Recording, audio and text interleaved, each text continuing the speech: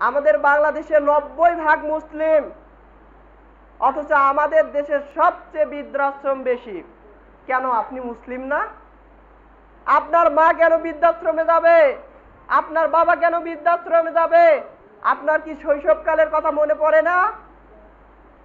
আপনি যখন চলতে পারতেন না, কথা বলতে পারতেন না, এক গ্লাস পানি খাওয়ার সামর্থ্য আপনার ছিল না, জ্বর আসলে আপনি দুকরে দুকরে কাঁদতেন, আপনাকে সেবা যত্ন দিয়ে কে আপনাকে বেড়ে তুলেছে? সে আপনার মা, সে আপনার বাবা।